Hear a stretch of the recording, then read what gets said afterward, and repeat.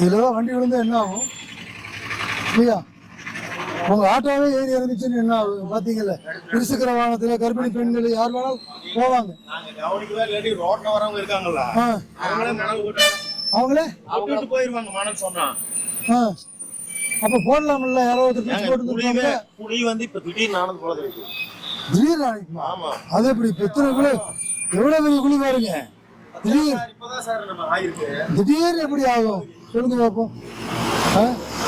இந்த மாதிரி போட்டு லேசா நீங்க மூடி வச்சீங்கன்னா உங்க வண்டியில ஆட்டோ எல்லாம் போறது பயன்படும்ல. யாராவது ஏறி இறங்கி என்ன ஆகும்? மழை நேரத்துல இரவு நேரத்துல தெரியாது. அதனால இந்த மாதிரி நிறைய இடங்கள்ல இருக்குங்க குழி. மாநகராட்சியில பக்கத்துல உள்ளவங்க எனக்கு யாராவது விழுந்தாக்க அவங்களே சொல்றாங்க எப்படி ஆச்சுன்னு தெரியல குழி. ஆனா ஆனதுக்கு அப்புறம் விழுந்ததுக்கு அப்புறம் யாரும் பேசி பிரயோஜனம் இல்லை. நம்ம மனசு வருத்தப்பட்டு இருப்போம். யாரோ குழந்தைகளை கூட்டு போகலாம், பள்ளிக்கூட ஆரம்பிச்சிட்டாங்க. ஏதோ போற அவசரத்துல எங்கேயோ குழி விழுந்து திரும்பி விழுந்தாங்கன்னா என்ன ஆகும்? பெரியவங்க கர்ப்பிணி பெண்கள் எவ்வளவு பேர் பாதிக்கப்படுவாங்க. பாதிச்சதுக்கு அப்புறம் ஐயா அம்மான்னு சொல்லிட்டு நம்ம வருத்தப்பட்டு இருக்கோம்.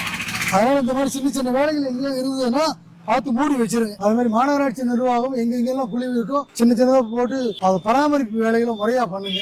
மக்களை பாதுகாப்பா போறதுக்கு வழி விடுங்க.